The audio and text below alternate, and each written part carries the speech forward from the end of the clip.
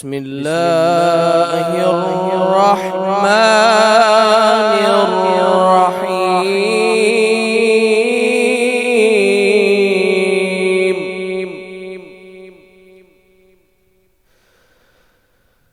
يا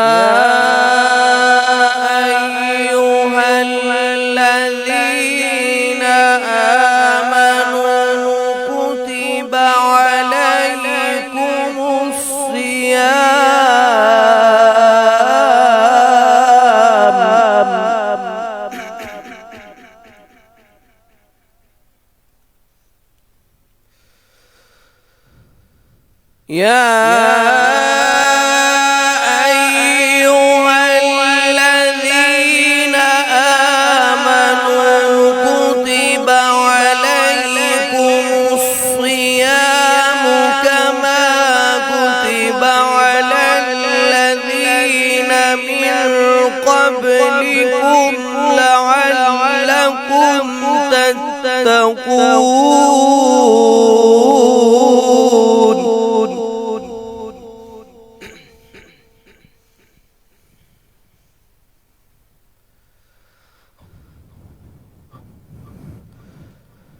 كما كتب على الذين من قبلكم لعلكم تتقون.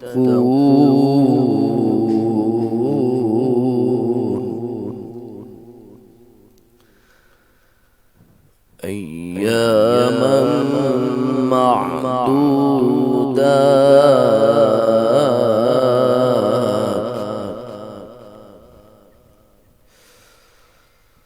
فمن كان منكم مريضا أو على سفر فعدة من أيام أخر.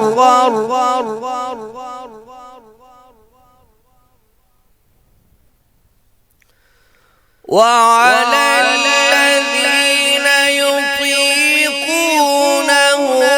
فدية طعام مسكين.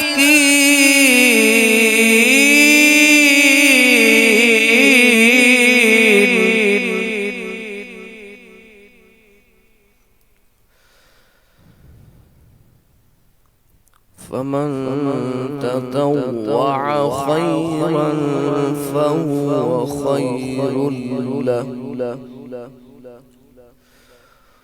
وأن تصوموا خير لكم إن كنتم تعلمون.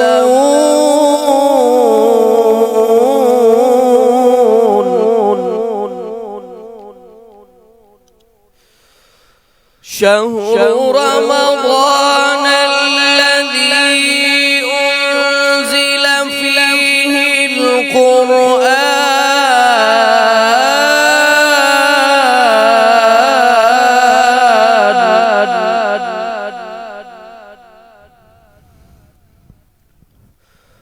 هدى للناس وبينات من الهدى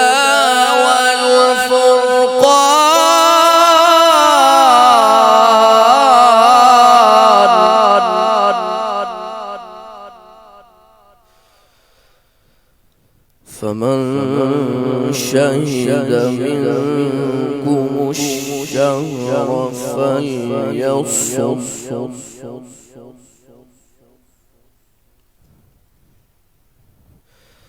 ومن كان مريضا أو على سفر فعدة من أيام أخر.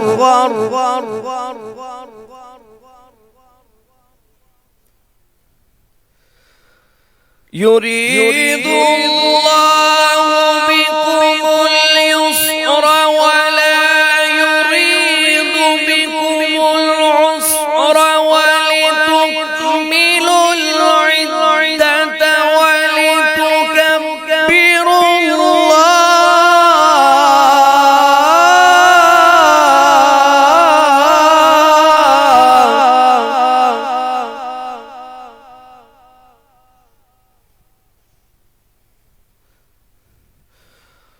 وَلِتُكَبِّرُوا اللَّهَ عَلَى مَا هَدَاكُمْ وَلَعَلَّكُمْ تشكرون.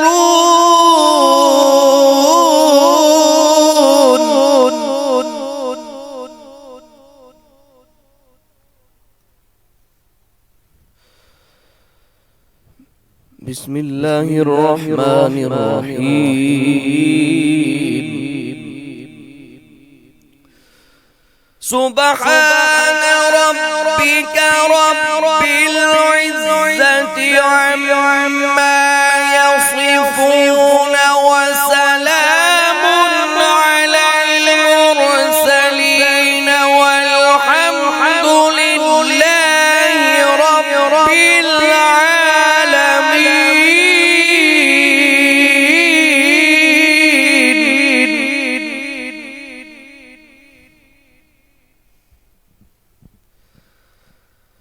بسم الله الرحمن الرحيم.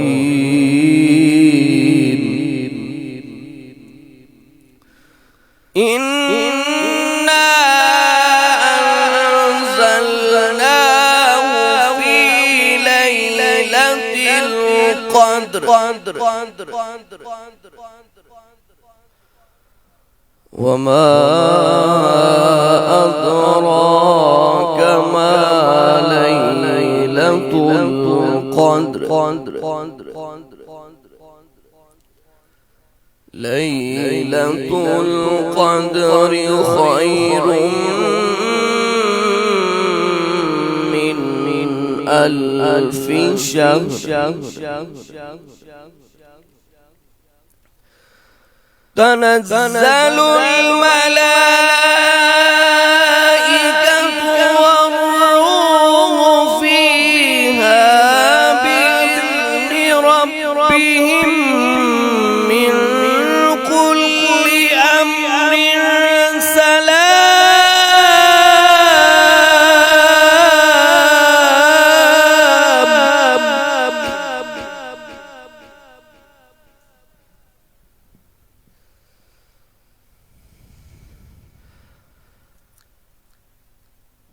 تنزل الملائكة والروح فيها بإذن ربهم من كل أمر سلام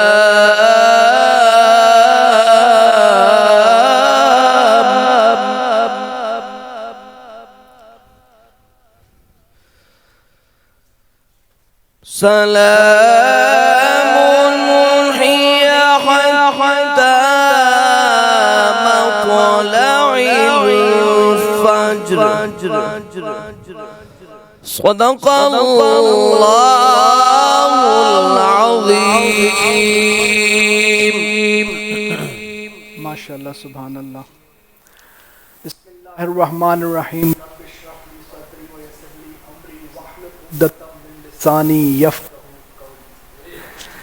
اے عالم نجوم و جواہر کے کردگار، مجھ کو بھی گرہ شام و سحر کھولنا سکھا. پلکوں پہ میں بھی چاند ستارے سجا سکوں. میزان خس میں مجھ کو گوہر تولنا سکھا. اب زہر ذائقے ہیں زبان حروف، ان ذائقوں میں خاک شفا گھولنا سکھا. دل مبتلا ہے کب سے عذاب سکوت میں، تو رب متقلب ہے مجھے بولنا سکھا. السلام علیکم ناظرین، میں ہوں زاہد خان اور آپ دیکھ رہے ہیں ایسے اسپیشل رمضان لائیو ٹرانسمیشن انعام رمضان. اور آج 13واں روزہ ہے اور آج کی نشریات آپ لوگوں کے سامنے ہیں. اور آج کے پروگرام کو آگے بڑھانے سے پہلے میں چاہوں گا کہ جو ہمارے اسپانسرز ہیں جن کی وجہ سے یہ نشریات آپ تک پہنچ رہی ہیں ان کے نام جو اسپانسر میں شامل ہیں وہ ہیں sea freight advisors, retro pizza, art view, paradise seeker school system, سندرس foundation, Damini fashion, Khalid jewellers اور یہ وہ تمام لوگ ہیں جن کی وجہ سے یہ ٹرانسمیشن آپ تک پہنچ رہی ہے. اور ابھی ہمارے اسٹوڈیو میں جو آواز گونج رہی تھی، جو جس کی وجہ سے جو قرآن پاک کی تلاوت سے جو ہمارے دلوں کو منور کر رہے تھے وہ تھے قاری عطاء المصطفیٰ صاحب. بہت شکریہ جی، آپ نے آج ہماری محفل میں آپ لوگ تشریف لائے. اس کے علاوہ ہمارے ساتھ موجود ہیں شہید کپور صاحب جو کہ ہمارے ماشاءاللہ سے ڈونر ہیں. تھینک یو سو مچ، آپ نے آج ٹائم نکالا اور آج ہم بات کریں گے سندس فاؤنڈیشن کی سروسز کے اوپر. اور اس کے علاوہ ہمارے ساتھ نعت خان جو ہے وہ موجود ہے، ارشد تبسم صاحب، جو کہ انشاءاللہ ان سے سنیں گے. تو پروگرام کو آگے بڑھاتے ہیں اور میں ریکویسٹ کروں گا ارشد تبسم صاحب سے کہ اپنا کلام جو ہے وہ پروگرام میں شامل کرے تاکہ ہم آگے پروگرام کو بڑھائیں.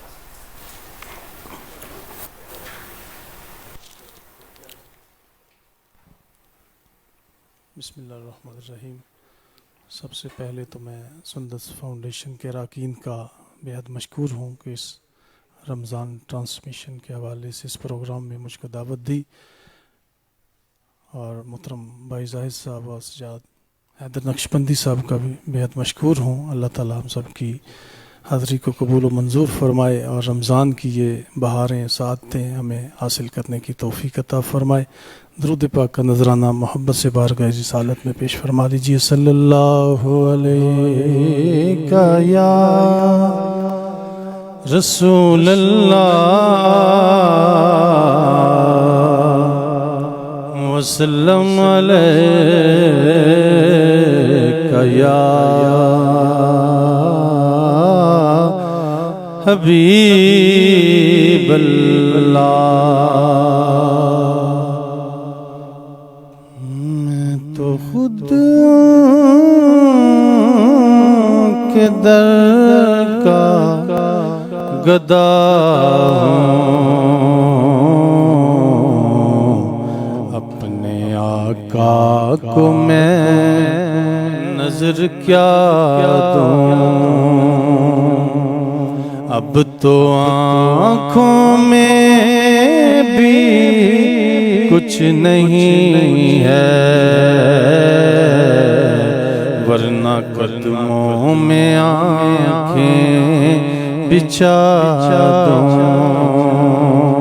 اب تو آنکھوں میں بھی کچھ نہیں ہے، ورنہ قدموں میں آنکھیں بچھا دوں. آنے والی ہے ان کی سواری،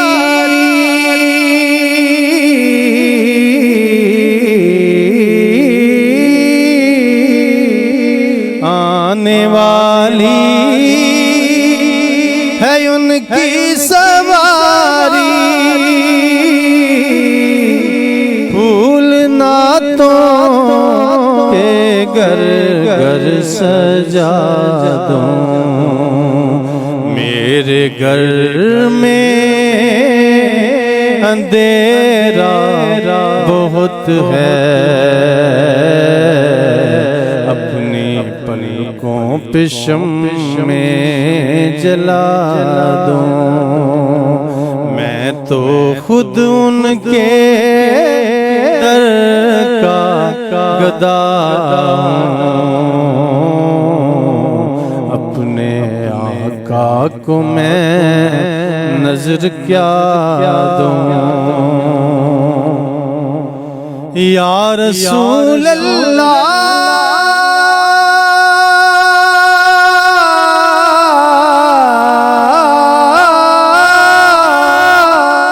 میں فقط آپ کو جانتا ہوں،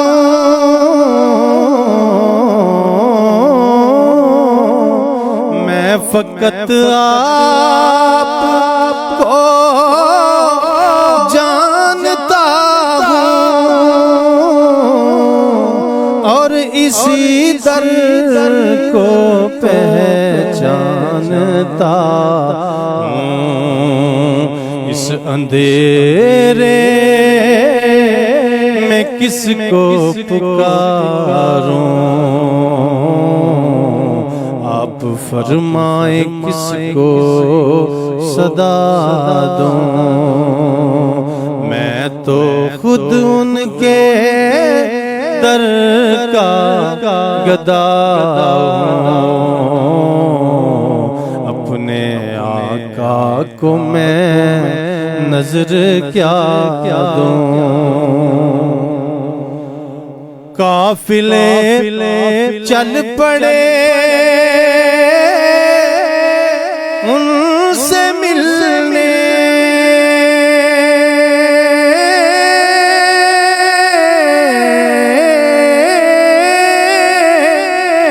قافلے چل پڑے ان سے ملنے اور حسرت سے میں تک رہا ہوں اور حسرت سے میں تک رہا ہوں یا لپٹ جاؤں قدموں سے ان کے یا قضا کو میں اپنی صدا دوں اب تو آنکھوں میں بھی کچھ نہیں ہے ورنہ قدموں میں آنکھیں بچھا دوں کہ میری بخشش کا سامان یہی ہے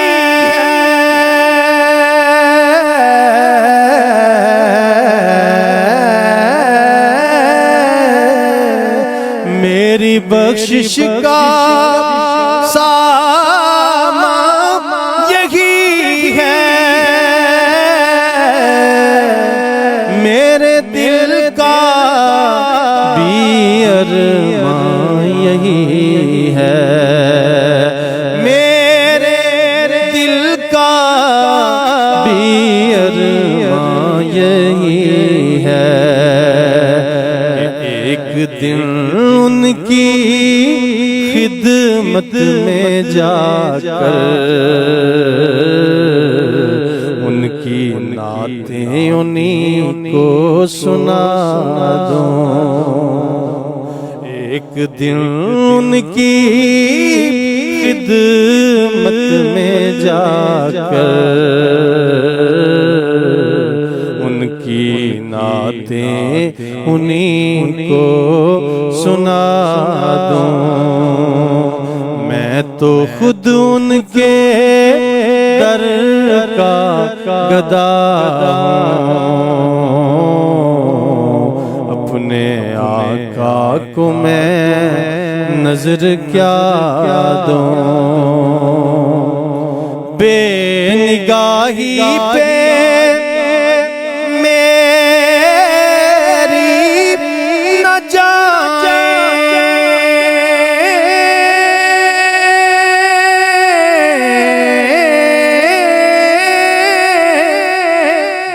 نگاہی پہ میری نہ جائے دیدار میرے نزدیک آئے میں یہیں سے مدینہ دکھا دوں دیکھنے کا کرینہ سکھا دوں میں یہیں سے مدینہ دکھا دوں دیکھنے کا کرینہ سکھا دوں اب تو آنکھوں میں بھی کچھ نہیں ہے ورنہ قدموں میں آنکھیں بچھا دوں کہ مجھ کو اقبال نثار سے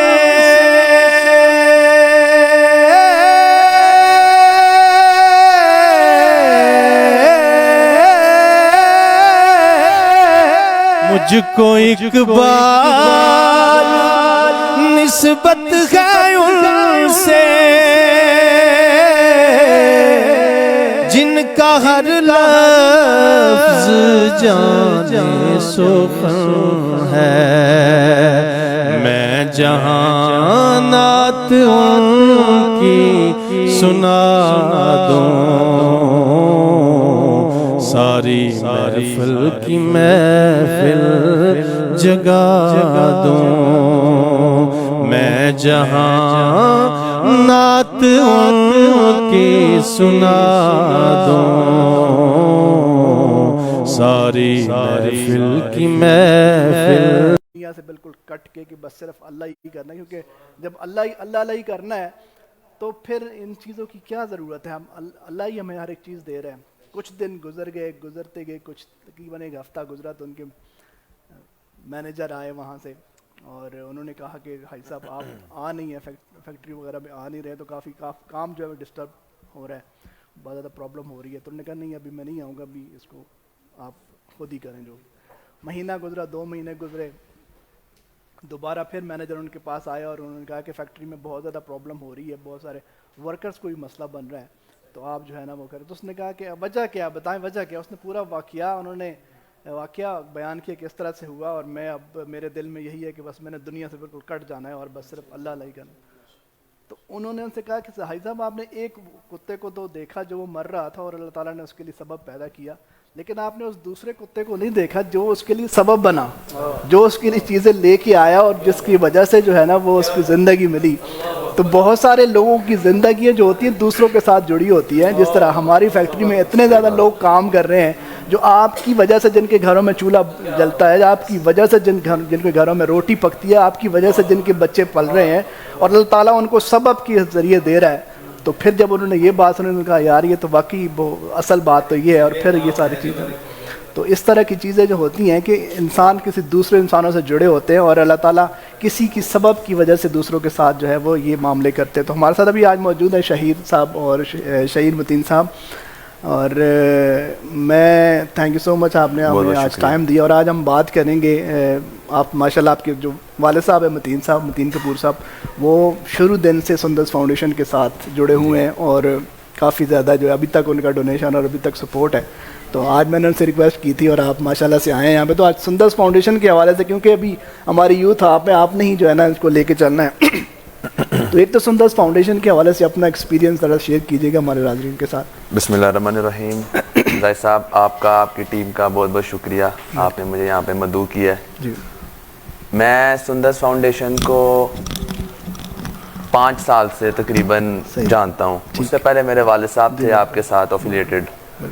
اور یہ جو ادارہ ہے یہ ایسے بچوں کے لیے کام کر رہا ہے، ایسے لوگوں کے لیے کام کر رہا ہے جنہوں نے دنیا میں ایک نئی زندگی لینی ہے. بالکل ایسے جس طرح آپ تھیلیسیمیا کے بچوں کو ٹریٹ کر رہے ہیں اور اس کے بعد آپ ڈیفرنٹ آپ جو ہیں پلیٹ فارم پہ ہیں. جی بالکل. تو میں یہ سمجھتا ہوں کہ یہ ادارہ جس ادارے میں کام ہو رہا ہو اور اس ادارے کے ساتھ آپ افیلیٹ ہو تو میرا خیال ہے کہ وہ بہت اچھی بات ہے. جی الحمدللہ.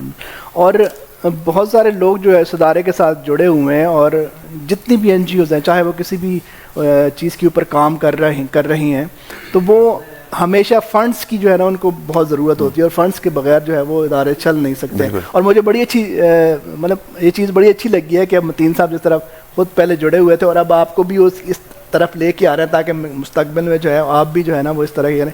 تو رمضان کے حوالے سے بھی ذرا بتائیے گا کہ جس طرح اللہ تعالیٰ نے ہمارے لیے ایک مہینہ جو ہے وہ لے کے آئے اور ہمارے گناہوں کو بخشوانے کا ایک بہت بڑا ذریعہ ہے. تو رمضان کے حوالے سے آپ بھی کوئی اپنا کیا پیغام دینا چاہیں گے لوگوں کو؟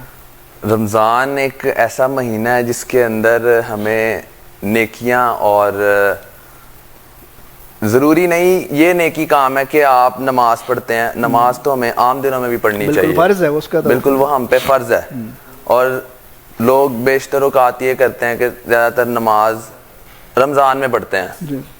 ہمیں چاہیے کہ نماز تو ہے وہ ہم پہ فرض ہے, ہمیں عام دنوں میں بھی پڑھنی چاہیے, بالکل. لیکن رمضان کے اندر ہمیں کوشش یہ کرنی چاہیے کہ جتنے نیک کام ہو سکتے ہیں, کیونکہ اللہ تعالیٰ نے لوٹ سے لگائی, بالکل ایسی بات ہے, ایک نیکی کے بدلے آپ کو 70 نیکیاں ملتی ہیں. تو کوئی بھی ایسا نیک کام ہے جو رمضان کے حوالے سے جو ہے وہ ہے آپ کے پاس, تو وہ آپ کو ضرور کرنا چاہیے, چاہے وہ چھوٹا ہو یا بڑا ہو, لیکن وہ ہمیں رمضان کے اندر عموماً اوقات ہمیں ویسے بھی کرنا چاہیے, لیکن رمضان میں کوشش کرنی چاہیے کہ آپ زیادہ سے زیادہ جو ہے نا نیک کام کی طرف آئیں. جی اچھا شہیر, آپ کیا, آپ کی ماشاءاللہ آپ اب بھی ہماری آنے والا مستقبل آپ ہیں, آپ یوتھ ہیں, تو اپنے فیلوز کو, اپنے ایج فیلوز کو, یوتھ کو کیا پیغام دینا چاہو گے اس حوالے سے, چیریٹیز کے حوالے سے یا نیک اعمال کے حوالے سے کیا کہنا چاہو؟ میں یہ سمجھتا ہوں کہ رائے صاحب کہ ہمیں نیک کام کے آگے دیری نہیں کرنی چاہیے, ہمیں نیک کام کے لیے آگے بڑھ چڑھ کے حصہ لینا چاہیے, کیونکہ اگر میں دیکھوں اپنے آباء و اجداد کو تو انہوں نے بھی ہمیں یہی سکھایا کہ نیک کام میں بیٹا دیری نہیں کرنی. بالکل صحیح. اگر آپ کی جتنی جیب اجازت دیتی ہے, آپ چاہے وہ 10 روپے کیوں نہ, ہمیں اس کو ڈونیٹ کرنا چاہیے. اس سے جو ہمیں اندر فیل ملتی ہے نا, جو راحت ملتی ہے, وہ انمول ہے. بالکل صحیح, بالکل صحیح. اور ہمیں اس کام کے لیے کھل کے, دل کھول کے آگے آنا چاہیے, بالکل فرنٹ پہ آنا چاہیے. اچھا شاعر, اس کے علاوہ بلڈ ڈونیشن, دوسرا ایک فائنینشیل ہیلپ ہے, دوسرا بلڈ ڈونیشن جس کی اس ادارے کو بہت زیادہ ضرورت ہوتی ہے, تو آپ جیسے ینگ لوگ جو ہیں وہی بلڈ ڈونیٹ کر سکتے ہیں, تو بلڈ ڈونیشن کے حوالے سے کیا کہنا چاہو گے؟ دیکھیں, بلڈ ڈونیشن دینا ایک صدقہ جاریہ ہے, بالکل صحیح, اور یہ صدقہ جاریہ ہمیں سب کو ضرور کرنا چاہیے. بالکل. تو میں یہ سمجھتا ہوں کہ جو ینگ بلڈ ہے اس کو آگے اس پلیٹ فارم پہ آ کے ضرور اپنا بلڈ جو ہے ڈونیٹ کرنا چاہیے, بالکل صحیح, تاکہ جو بچے اس موذی بیماری سے مبتلا ہیں ان کو یہ بلڈ لگے اور آپ ان کے لیے صدقہ جاریہ بنے, اور وہ آپ ان کو ایک نئی زندگی جو ہے وہ دے سکیں. تھینک یو سو مچ شہیر, آپ نے ہمیں جوائن کیا یہاں پہ, تھینک یو سو مچ, آپ اس ہماری آج ٹرانسمیشن کا حصہ بنے.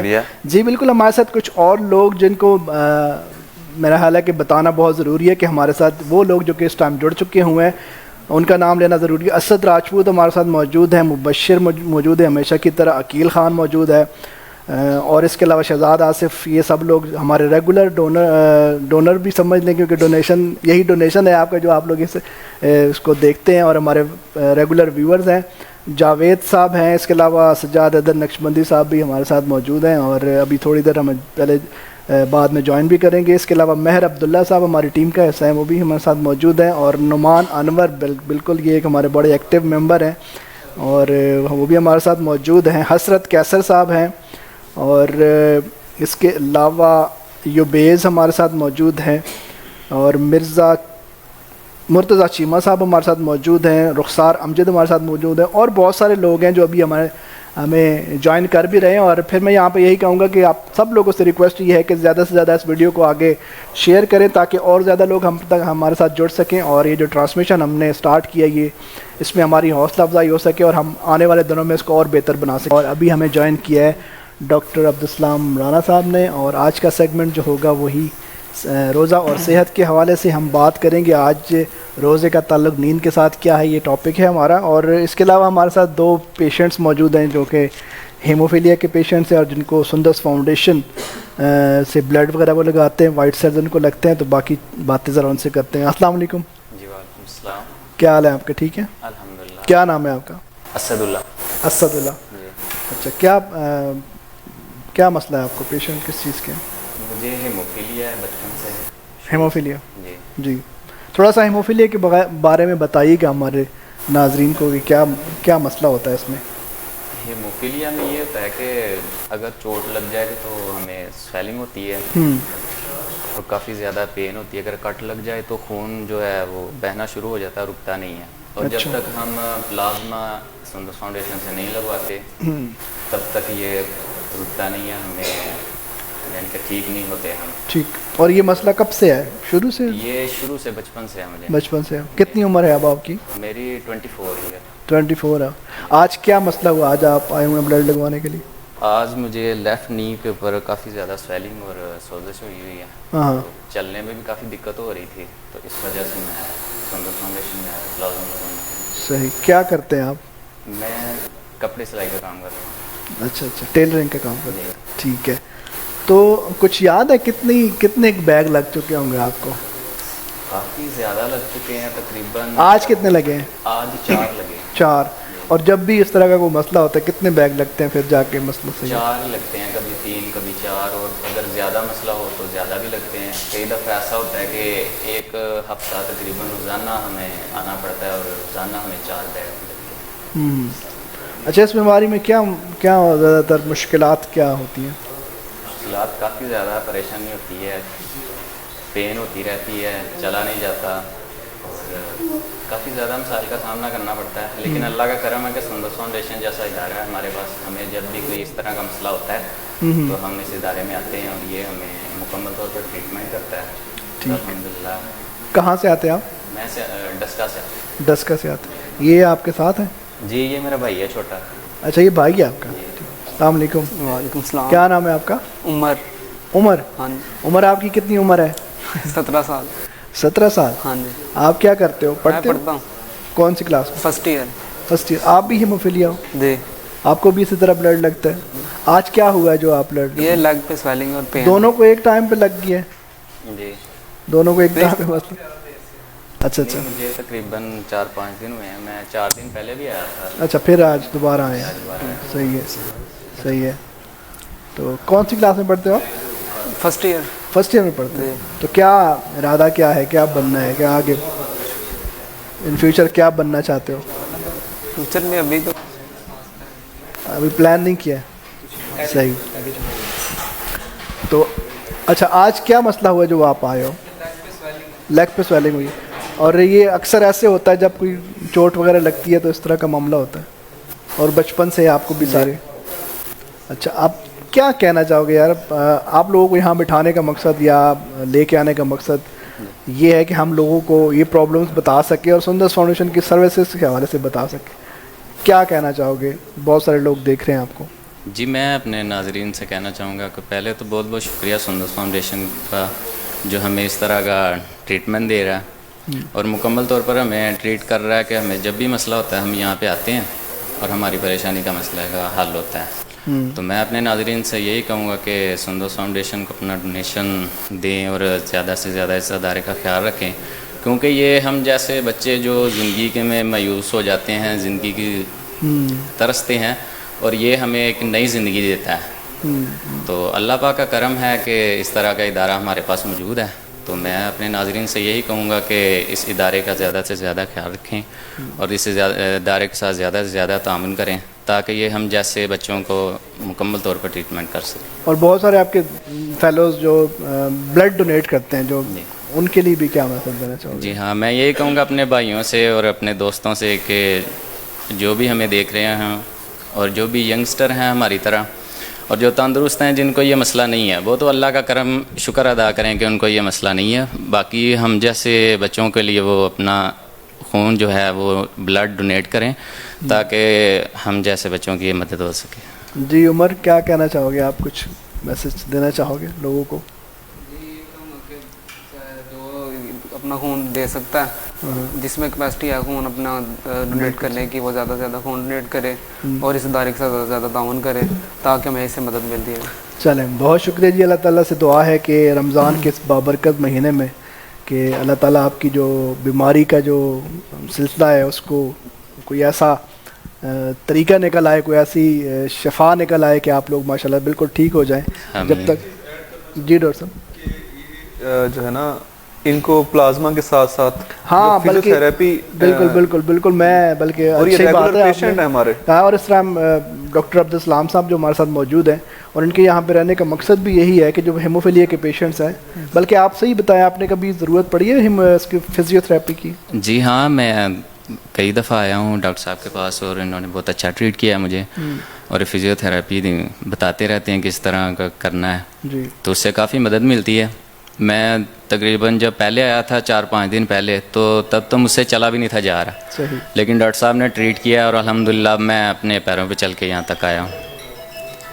اچھا ڈاکٹر صاحب, آپ ذرا تھوڑا سا بتائیے گا کہ یہ جس طرح یہ بتا رہے ہیں کہ پہلے جو ان کو پلازما وغیرہ لگتا تھا اور اس سے کافی زیادہ بہتری بھی آئی ہے, تو آپ تھوڑا سا بتائیں ان پیشنٹس کے حوالے سے کتنی ضروری ہوتی ہے فزیوتھراپی؟ سب سے پہلے تو یہ کہ 2 چیزیں ہیں ہیموفیلیا کے اندر نا. ایک تو آپ نے جو وقتی طور پہ مسئلہ آ رہا ہے نا وہ ٹھیک کرنا ہے. دوسرا جو آپ کو ان فیوچر جو مسئلہ آئے گا اس کو بھی آپ نے ٹھیک کرنا ہے. صحیح. وقتی طور پہ کیا مسئلہ آتا ہے, جیسے اس نے بچے نے بتایا کہ گھٹنا سوجا ہوا ہے, درد ہے, ٹھیک ہے, چلا نہیں جا رہا, ٹھیک ہے, یہ وقتی مسائل ہیں. صحیح. پلازما لگے گا, اس کے بعد فزیو تھراپی ہوگی, شوائیں لگیں گی, کچھ الٹرا ساؤنڈ وغیرہ ہوگی, تو یہ درد بھی ٹھیک ہو جائے گا اور سوجن بھی کم ہو جائے گی. صحیح. لیکن لمبے عرصے کے لیے کیا مسائل ہیں؟ لمبے عرصے کے لیے یہ مسائل ہیں کہ اگر بار بار ایک ہی, پھر یہ ٹینڈنسی ہوتی ہے کہ ایک ہی گھٹنے کے اندر نا بار بار وہ بلیڈنگ ہوتی رہتی ہے. جب اس کے اندر خون آتا ہے, ایک کیوٹی کے اندر خون جب آتا ہے تو خون جو ہے وہ اس کے جو مطلب جو اینڈ ہیں ہڈیوں کے, جو ہڈیوں کے جوائنٹس وغیرہ, ہاں, اس کے اندر اکٹھا ہوتا ہے, تو وہاں پہ نا وہ ان کو خراب کرنا شروع کر دیتا ہے. ٹھیک ہے. جب ان کو خراب کرتا ہے تو اگر تو فزیو تھراپی نہ کرائیں تو ڈسیبلٹی بڑھتی رہتی ہے, یعنی ان کے گھٹنے جو ہے نا مڑنے شروع کر دیتے ہیں. صحیح. اگر وہ کرائیں گے تو ٹھیک رہیں گے. بالکل. تو لمبے عرصے تک یعنی ڈسیبلٹی سے بچنے کے لیے آپ کو فزیو تھراپی ضروری ہے. صحیح. اور بالکل ماشاءاللہ آپ کے آنے کا مقصد بھی میرا خیال ہے یہاں پہ یہی ہے کہ جو ان بچوں کو جو ہے بڑی اچھی طریقے سے. لیکن میں پیشنٹس کو بھی یہ کہنا چاہوں گا, پیشنٹس جو ہے نا وہ ایک لفظ ہوتا ہے کمپلائنس, کہ وہ پلازما لگوا کے اور وہ سوچتے ہیں بس چلے جائیں نا ہم, تو وہ فزیو تھراپی کرواتے ہی نہیں ہیں. حالانکہ باہر یہ سیشن جو ہے نا وہ 1500 کا 2000 کا ایک سیشن ہوتا ہے, اور یہاں تو ہم ان کو بڑے اچھے طریقے سے مطلب ٹریٹ بھی کرتے ہیں اور بڑا اچھا ہمارا ان کے ساتھ رویہ ہوتا ہے. باہر اگر کہیں جائیں گے تو وہاں پہ رش بھی ہوگا اور پتہ نہیں وہ کس طریقے سے ان کے ساتھ بیہیو کریں گے, اور ان کو وہ ہاتھ بھی لگاتے ہیں کہ نہیں لگاتے یہ ان پہ ڈیپینڈ کرتا ہے, کیونکہ ان کے ایکسرسائز کرانا بڑا مشکل کام ہوتا ہے, کیونکہ بلیڈنگ وغیرہ کا پرابلم, بلیڈنگ بڑھ سکتی ہے, دوبارہ بلیڈنگ بھی ہو سکتی ہے. تو ان ساری چیزوں میں ان کو ڈسیبلٹی سے بھی بچانا ہے اور جو فزیو تھراپی سے جو نقصان ہو سکتا ہے اس سے بھی بچانا ہے. بالکل صحیح. اچھا ڈاکٹر صاحب, ابھی آج کے جو ٹاپک ہے اس کی طرف ہم چلتے ہیں. روزے میں اکثر جو ہے وہ مجھے تو ہے, اگر میں اپنی بات کروں تو سحری کے بعد جو ہے جب نماز بڑی مشکل سے آگے پڑھ کے تو پھر وہ جب سویا تو پھر اٹھا نہیں جاتا, یعنی کہ اس طرح کی نیند آتی ہے. تو آپ ذرا بتائیے گا کہ روزے سے نیند کا کیا تعلق ہے اور کیا ایفیکٹس ہوتے ہیں. اچھا سر, سب سے پہلے تو آج میں آپ کی بات کا جواب دوں گا. جو آپ نے کہا نا روزے سحری کر کے آ کے ہم نماز پڑھ کے سو جاتے ہیں, تو سحری پڑھ کے سحری کھا کے اور نماز پڑھ کے آنا اور آ کے سونا تو بالکل ہے ہی نہیں. اچھا, آپ نے اشراق پڑھ کے سونا ہوتا ہے, ٹھیک ہے, شرعی طور پہ بھی اور میڈیکلی بھی آپ نے, کیونکہ کھانا وغیرہ اور پانی اتنا سارا آپ نے مطلب پانی پیا ہوتا ہے, کیونکہ ہمیں یہ آگے پورا دن نظر آ رہا ہوتا ہے نا کہ ہمیں پورا دن بھوکا پیاسا رہنا ہے, تو ہم ٹکا کے کھائیں. تو اتنا سارا کھانا کھانے کے بعد آپ سو جائیں تو وہ پھر آپ کو ایک تو آپ کمفرٹیبل نہیں رہتے, ٹھیک ہے, ایسیڈیٹی ہوتی رہتی ہے, ریگرجیٹیشن, ٹھیک ہے, جس کو آپ مطلب یہ جو نہیں, وہ نماز کے لیے جب ہم جاتے ہیں تو بڑا ذرا مسجد دور ہے تو وہ واپسی آتے ہوئے تھوڑے سے واک شاک بھی ہو جاتی ہے, اس سے فرق پڑتا ہے. ظاہر ہے وہ تھوڑا سا واک کر کے فرق تو پڑتا ہے, لیکن آپ کو شرعی طور پہ منع ہے کہ آپ نے فجر کے بعد سونا نہیں, اشراق پڑھ کے, ہاں اشراق پڑھ کے سونا. ٹھیک ہے, ٹھیک. تو دوسرا ہم بات کریں گے وہ پیشنٹس جن کو نیند کی بیماریاں ہیں, مطلب یعنی بے خوابی کی بیماری, ٹھیک ہے, اور نیند کے دوران ایک بیماری ہوتی ہے اس کو آپ کہتے ہیں ریسٹ لیس لیگ سنڈروم, یعنی ٹانگوں کے اندر بے چینی ہوتی ہے, ٹانگیں اٹھا کے مارتے ہیں اور وہ مطلب بے چینی ہو رہی ہوتی ہے. صحیح ہے, صحیح ہے, ٹھیک ہے. تو یہ اس قسم کی جو بیماریاں ہیں ان پہ روزے کا بڑا اچھا ایفیکٹ ہوتا ہے, ٹھیک ہے. جرمنی کا ایک ریسرچ سینٹر ہے, وہاں پہ اس پہ ریسرچ ہوئی, تو اس کے نتیجے میں انہوں نے یہ رزلٹ نکالا کہ جب جو بندہ روزہ رکھتا ہے نا اور ایک ہفتے کے روزے رکھنے کے بعد جسم کے اندر بڑی پازیٹیو چینجز آنا شروع ہو جاتی ہیں نیند کے حوالے سے. اچھا, کیا چینجز آتی ہیں؟ ایک تو جو نیند کی نا دو ویریبل کہہ لیں, دو چیزیں ہوتی ہیں, ایک تو اس کی کوانٹٹی, ایک اس کی کوالٹی. ہم بعض دفعہ جو ہے نا ہمیں لمبی نیند ہم سونے کی کوشش کرتے ہیں لیکن کوالٹی اتنی اچھی نہیں ہوتی نیند کی, گہری نیند نہیں آتی, اور اس کا نتیجہ کیا ہوتا ہے, ہم صبح اٹھتے ہیں, ہاں جی, صبح اٹھتے ہیں ویسے ہی تھکے ہوئے ہوتے ہیں, بلکہ جسم میں اور زیادہ درد جو ہے نا وہ ہو رہے ہوتے ہیں. اب پھر جب ہم کام پہ جاتے ہیں تو آپ کی نیند کا گہرا تعلق ہے آپ کے کام سے. آپ جو ہے نا آفس کے اندر اپنا کام پراپر طریقے سے نہیں کر پاتے, آپ کی ایفیشنسی کم ہو جاتی ہے. تو آپ کی نیند کی جو کوانٹٹی یا جو اس کا ڈیوریشن ہے وہ بھی پراپر ہونا چاہیے اور اس کی کوالٹی بھی پراپر ہونی چاہیے. تو جو میں جرمنی کی ریسرچ کا میں جو ذکر کر رہا ہوں اس کا میں انہوں نے یہ رزلٹ نکالا کہ روزہ رکھنے کی وجہ سے جو ایک تو آپ کی نیند کی کوالٹی بہتر ہوتی ہے, یعنی آپ جتنی دیر بھی سوتے ہیں نا وہ اچھی طرح آپ سوتے ہیں.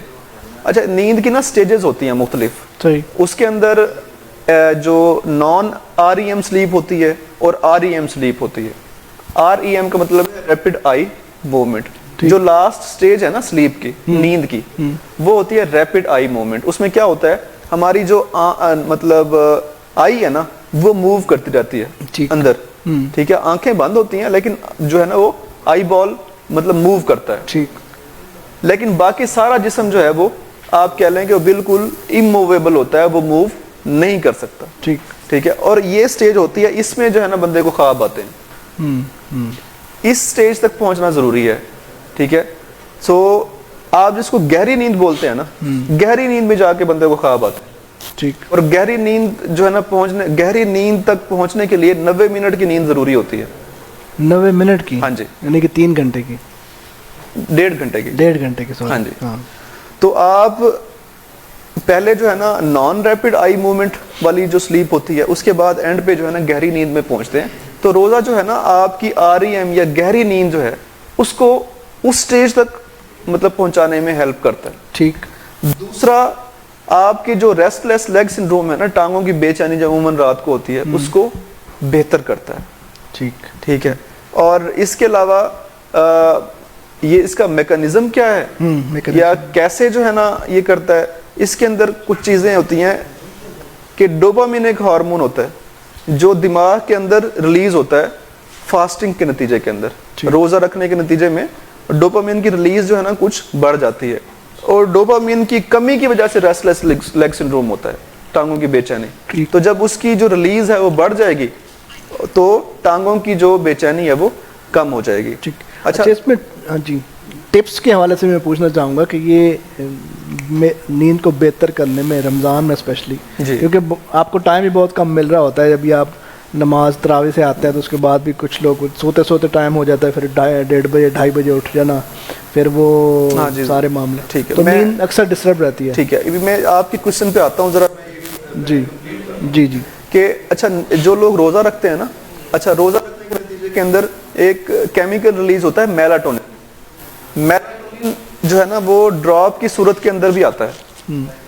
میلاٹونن جو ہے ڈراپ کی صورت کے اندر آتا ہے, اور یہ بعض بچوں کو جو ہے نا میلاٹونن کے ڈراپ دیتے ہیں تاکہ ان کی نیند جو ہے نا وہ پراپر ہو جائے, جو سلیپ سائیکل ہے وہ بہتر ہو جائے. اور کچھ کنٹریز کے اندر میلاٹونن کو استعمال بھی کرتے ہیں.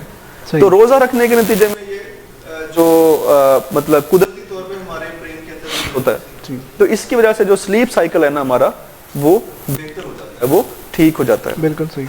ایک اور اسٹڈی ہے اس کے اندر انہوں نے یہ رزلٹ نکالا کہ ایک دن کا روزہ, صرف ایک دن کا روزہ رکھنے سے بھی ہمارا سلیپ سائیکل جو ہے نا وہ چینج ہو جاتا ہے, سلیپ سائیکل جو ہے نا ہمارا بہتر ہو جاتا ہے. بالکل صحیح, ٹھیک ہے.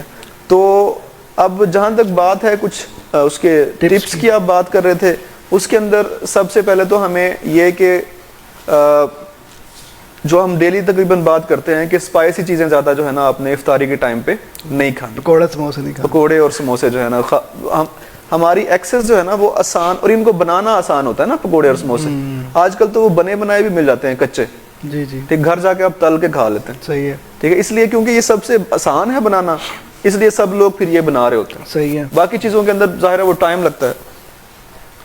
اچھا, دوسری بات یہ کہ اپنا تراویح سے پہلے جو ہے نا آپ نے جو بھی کھانا پینا ہے وہ کھا پی لیں. تراویح کے بعد کیونکہ ایک تو ٹائم اتنا ہو جاتا ہے, اور آپ جو ہے نا اس کے بعد کافی بھی آپ نے استعمال نہیں کرنی, چائے بھی نہیں پینی, سگریٹ بھی نہیں پینی, اور تراویح کے بعد کوشش کریں کہ آپ سو جائیں تاکہ آپ کی جو ہم نے بات کی ہے نا گہری نیند کی, گہری نیند والا جو فیز ہے نا وہ آپ اچیو کر لیں, ٹھیک ہے, تاکہ آپ کا جو باڈی ہے نا وہ پراپر ریلیکس ہو جائے. بالکل ٹھیک.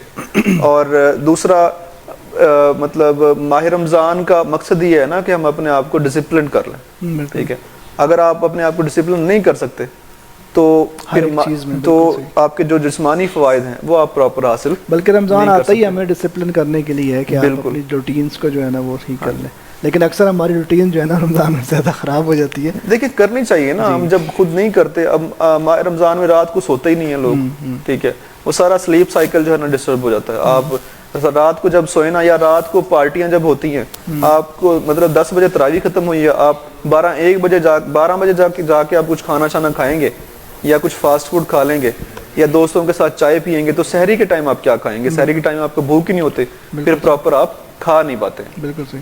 بہت شکریہ ڈاکٹر صاحب, آپ نے کافی زیادہ اچھی انفارمیشن ہمارے ساتھ شیئر کی ہیں, اور مجھے امید ہے کہ ہمارے ناظرین کو اس سے کافی زیادہ فائدہ بھی ہوگا. اور پھر میں یہ کہوں گا کہ ہمارے ساتھ جتنے بھی لوگ موجود ہیں زیادہ سے زیادہ اس ویڈیو کو شیئر کریں, اور تاکہ یہ زیادہ تر لوگوں تک پہنچ سکے. امیر حمزہ قادری صاحب ہمارے ساتھ موجود ہیں, رخسار امجد ہمارے ساتھ موجود ہیں, اور بہت سارے لوگ ہمارے ساتھ اور بھی جڑ رہے ہیں. ان سب سے یہ کہیں گے کہ اس ویڈیو کو خود بھی دیکھیں اور لوگوں کے ساتھ بھی شیئر کریں. اور ہمیں جوائن کیے یہاں پہ محمد یاسر قادری صاحب یونان سے, اور اس کے علاوہ سجاد حیدر نقشبندی صاحب ہمارے ساتھ موجود ہیں ہمیشہ کی طرح. اور پروگرام کو آگے بڑھاتے ہیں, اور اس سے پہلے کہ ہم آج کے کلام کی طرف چلیں, آپ سب لوگوں سے ریکویسٹ ہے جتنے بھی لوگ ہمارے ساتھ شامل ہیں, تھینک یو سو مچ, آپ کا بہت شکریہ. آپ ہمارے ساتھ سٹارٹ سے لے کے ابھی تک ہمارے ساتھ موجود ہیں, لیکن اس ویڈیو کو زیادہ سے زیادہ شیئر کریں, زیادہ تر لوگوں تک پہنچائیں تاکہ اور زیادہ لوگ ہمارے ساتھ شامل ہو سکے. اس کے علاوہ جو انشاءاللہ ہمارا نیکسٹ سجاد بھائی جو آخری عشرہ ہے, اس میں ہم نے جو کمپٹیشن وغیرہ, کیونکہ مجھے کالز وغیرہ کافی زیادہ آ رہی ہیں لوگوں کی کہ ہمیں بتائیں کب ہم نے آنا ہے, تو پہلے ہمارا پروگرام تھا کہ ہم سیکنڈ عشرہ میں کریں گے, لیکن اب تھوڑے سا ہم نے اس کو آگے بڑھایا ہے, اور اس میں انشاءاللہ ہم 20ویں روزے سے انشاءاللہ ہم سٹارٹ کریں گے, اور اس میں ہماری نعت کمپٹیشن ہوگی, ہماری کوئز کمپٹیشنز ہوں گے, اور انشاءاللہ 25 رمضان سے پہلے ہم اس کو مقابلوں کو جو ہے وہ ختم کریں گے. تو جو لوگ اس میں پارٹیسپیٹ کر رہے ہیں یا جنہوں نے رجسٹریشن کروا لی ہے اور کروانا چاہتے ہیں رجسٹریشن, تو ہم سے رابطہ کر سکتے ہیں, اور انشاءاللہ ہم یہ آخری عشرہ میں کریں گے. جی محمد یاسر قادری صاحب, سر کیسے ہیں آپ؟ ٹھیک ٹھاک ہیں؟ پہلے تو بہت شکریہ, آپ نے جو ہے وہ ٹائم نکالا ہماری نشریات کے لیے. کیا کہیں گے ایس ایف ٹی وی کی اس کاوش کے حوالے سے؟ ہمیشہ کی طرح میں جتنے بھی ہم مہمان آتے ہیں میری کوشش یہی ہوتی ہے کہ ان سے یہ پوچھیں کہ جو سیالکوٹ لیول پہ ایس ایف ٹی وی یہ نشریات کا آغاز کی ہے, اور بہت اچھا ماشاءاللہ رسپانس بھی ہے, کیا کہیں گے؟ جی ماشاءاللہ, سب سے پہلے تو میں مبارکباد پیش کرتا ہوں ایس ایف ٹی وی کی پوری ٹیم کو, اور اسپیشل خراج تحسین پیش کرتا ہوں آپ لوگوں کو جنہوں نے ضلع بر لیول پہ میں نے ایسا کوئی پروگرام نہیں دیکھا. انعام رمضان میں پہلے بھی دیکھتا رہا ہوں, باہر تھا تو دیکھتا رہا ہوں, تو اب بھی میں نے ادھر آ کے بھی سارے پروگرام میں نے لائیو دیکھے ہیں آپ کے, تو آج مجھے یہ سعادت ملی ہے ادھر آنے کی. یہ اسپیشلی کریڈٹ ہے سجاد حیدر نقشبندی صاحب, یہ میرے بھائی ہیں, میرے استاد بھی ان کا درجہ رکھتے ہیں یہ, کیونکہ انہوں نے مجھے بہت زیادہ جو ہے نا نعت کی فیلڈ میں بہت زیادہ گائیڈ کیا ہے, میری ہیلپ کی ہے انہوں نے. تو میں بار دیگر آپ کو مبارکباد پیش کرتا ہوں. اللہ پاک آپ کو آپ کے اس پروگرام میں مزید برکتیں اور ترقیاں عطا کرے, اور سب کو اس کا پورا اجر عظیم عطا کرے. آمین. تو آج کیا سنانے جا رہے ہیں ہمارے پروگرام میں؟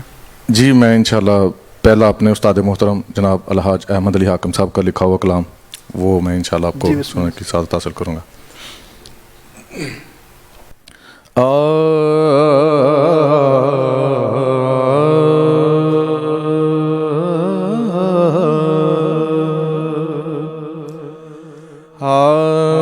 سامنے ہو اگر روئے خیر البشر, پھر عبادت کا کتنا مزہ آئے گا. سامنے ہو اگر روح خیر البشر, پھر عبادت کا کتنا مزہ آئے گا. دل میں ہے آرزو وہ جو ہوں روبرو, پھر تلاوت کا کتنا مزہ آئے گا. دل میں ہے آرزو, اور مجھ کو ایسے ہی بیمار رہنے دو تم, مجھ کو ایسے ہی بیمار رہنے دو تم، نہ دوا چاہیے نہ شفا چاہیے، مجھ کو ایسے ہی بیمار رہنے دو تم، مجھ کو ایسے ہی بیمار رہنے دو تم، نہ دوا چاہیے نہ شفا چاہیے، میری لینے خبر آقا آئیں اگر، میری لینے خبر آقا آئیں اگر، پھر عیادت کا کتنا مزہ آئے گا، میری لینے خبر۔ یہ سنیے، باب جنت پہ رضوان روکے ہمیں، باب جنت پہ رضوان روکے ہمیں، ٹھہر جائیں گے لیکن سنو دوستو، ٹھہر جائیں گے لیکن سنو دوستو، جب محمد کہیں گے کہ میرے ہیں یہ، جب محمد کہیں گے کہ میرے ہیں یہ، پھر اجازت کا کتنا مزہ آئے گا، جب محمد کہیں گے کہ میرے ہیں یہ، پھر اجازت کا کتنا مزہ آئے گا، باب جنت پہ سجاد بھائی شعر سنیے گا، بولے ابن علی کربلا میں سنو،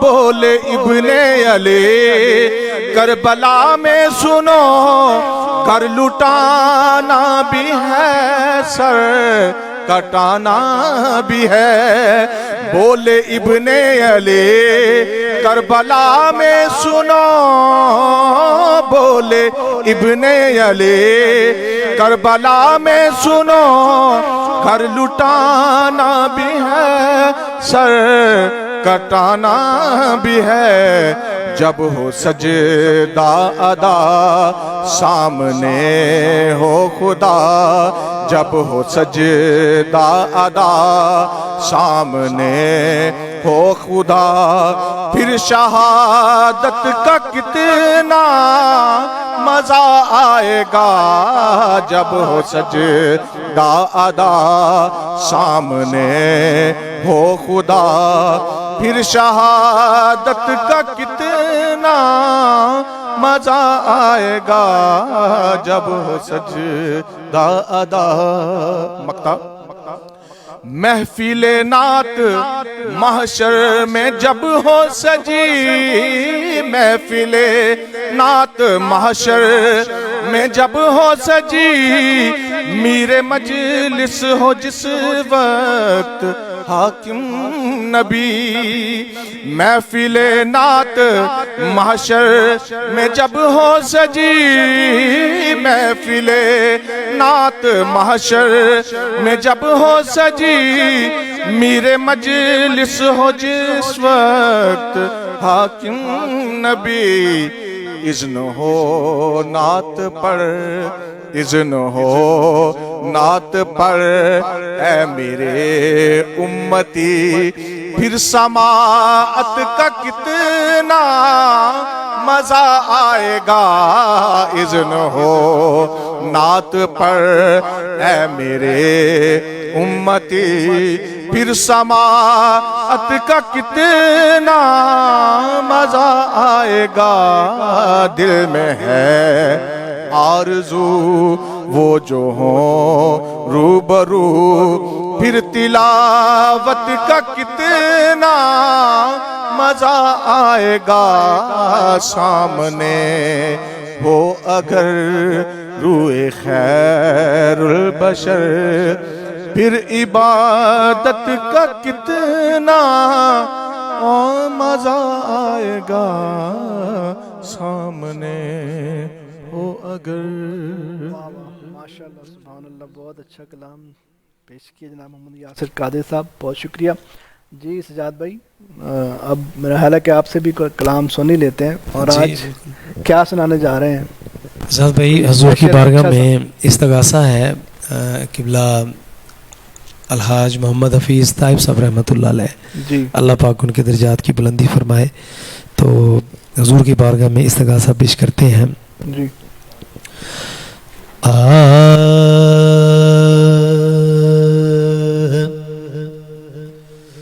دے تبسم کی خیرات ماحول کو, دے تبسم کی, دے تبسم کی خیرات ماحول کو, ہم کو درکار ہے روشنی یا نبی,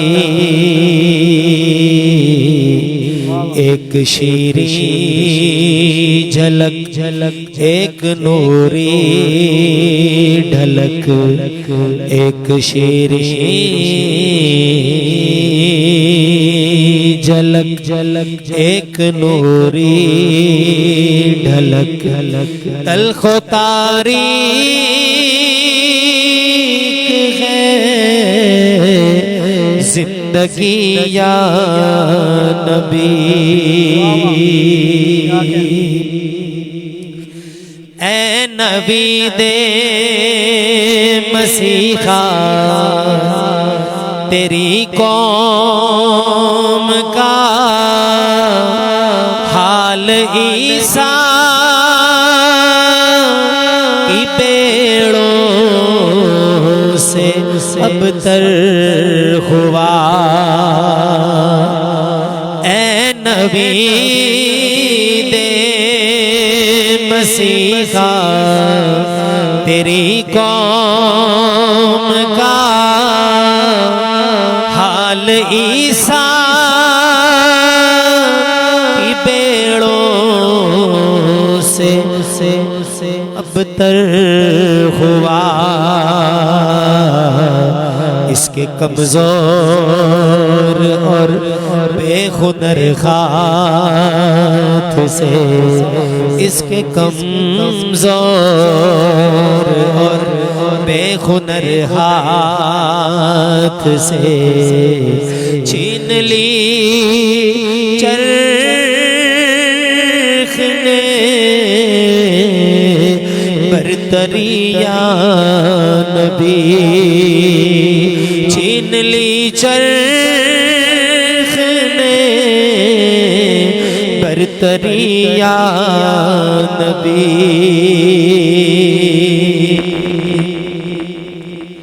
اور آزداں اس جگہ میں بناؤں کسے, اور روح کے زخم جا کر دکھاؤں کسے,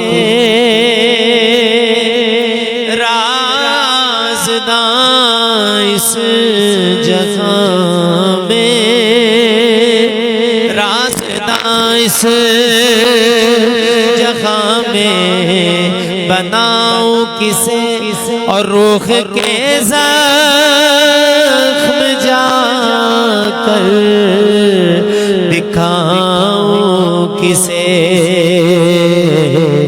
غیر کے سامنے کیوں تماشا بنوں, کیوں کروں دوستوں کو دکھی یا نبی, کیوں کروں دوستوں کو دکھی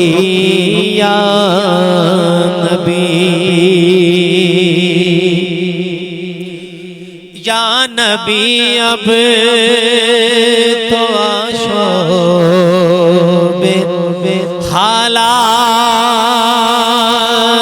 نے تیری یادوں کے چہرے بھی دھندلا دیے یا نبی اب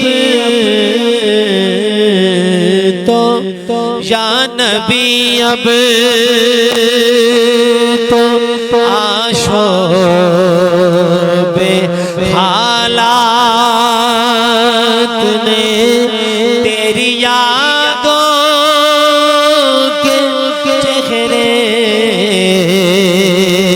بھی دھندلا دیے دیکھ لے تیرے تائب کی نغمہ گری دیکھ لے تیرے تائب کی نغمہ گری دیکھ لے تیرے تائب کی نغمہ گری بنتی جاتی ہے نوخا گری یا نبی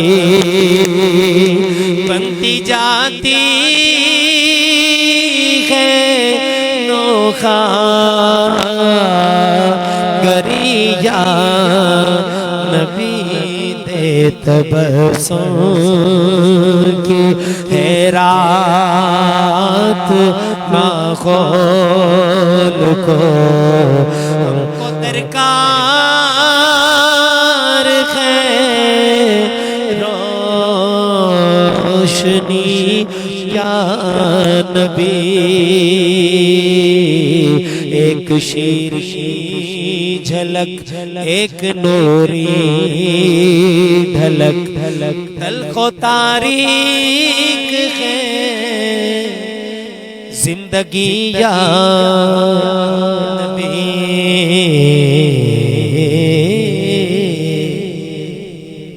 واہ واہ کیا بات ہے سجاد بھائی. آج ہمیں جوائن کیا علامہ مفتی غلام محی الدین چشتی صابری صاحب, تھینک یو سو مچ. آج پھر ہمارے ساتھ آپ موجود ہیں اور بڑے شارٹ نوٹس پہ آج آپ کو بلایا گیا ہے. تو آج سر ہم جو ٹاپک ہم 3-4 سوال ہیں میرے پاس اور وہ اس سے ریلیٹڈ ہے جو آج کل کے دور حاضر میں اگر ہم دیکھیں تو اس کی بڑی ضرورت ہے. سب سے پہلے اگر ہم بات کریں کہ لوگوں میں عدم برداشت جو ہے وہ بہت کم ہو گیا, اور اسپیشلی اگر ہم رمضان میں دیکھیں تو رمضان میں بہت ساری جگہوں پہ ہمیں لڑائی جھگڑے والے معاملات بھی ملتے ہیں, اور پھر آج کل کے اس دور میں جو ہے وہ چوری ڈکیتی اور اس طرح کے, اور کسی کا قتل کرنا تو میں سمجھتا ہوں کہ کوئی اتنا وہ مشکل رہا بھی نہیں ہے آج کل کے. جو ہمیں ویڈیوز ہمارے سامنے آتی ہیں سوشل میڈیا کے اوپر کہ چھوٹی سی کی بات کے اوپر یا کسی دکان میں جا کے انہوں نے ڈکیتی ہوئی, پیسے نہیں دیے اور مار دیا.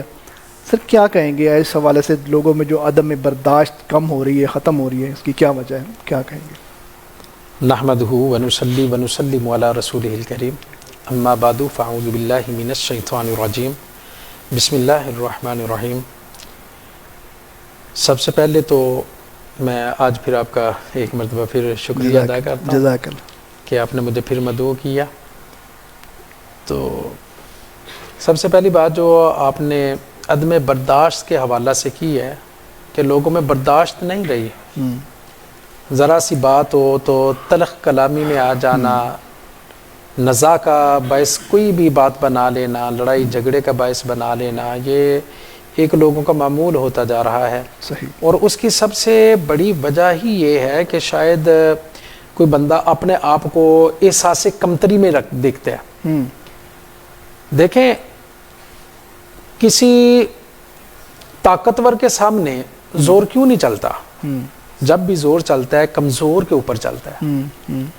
سامنے طاقتور ہو تو پھر بندہ جو ہے معافی تلافی پہ بھی آ جاتا ہے, پھر اس کے بعد جو ہے اس کا جو پہلے انداز ہوتا ہے وہ اس کا انداز بھی بدل جاتا ہے, گفتگو کا انداز اس کا بدل جاتا ہے, سارے طور طریقے اس کے بدل جاتے ہیں.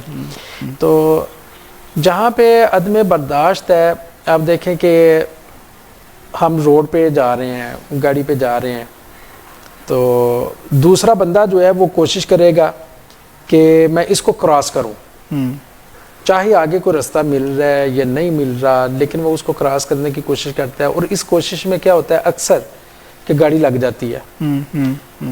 جب گاڑی لگتی ہے تو پھر اس کے بعد جو ہے ان کا آپس میں تو تکرار یہاں تک ہو جاتا ہے کہ دستوں گریباں ہو جاتے ہیں, وہ ایک دوسرے سے لڑنا شروع کر دیتے ہیں.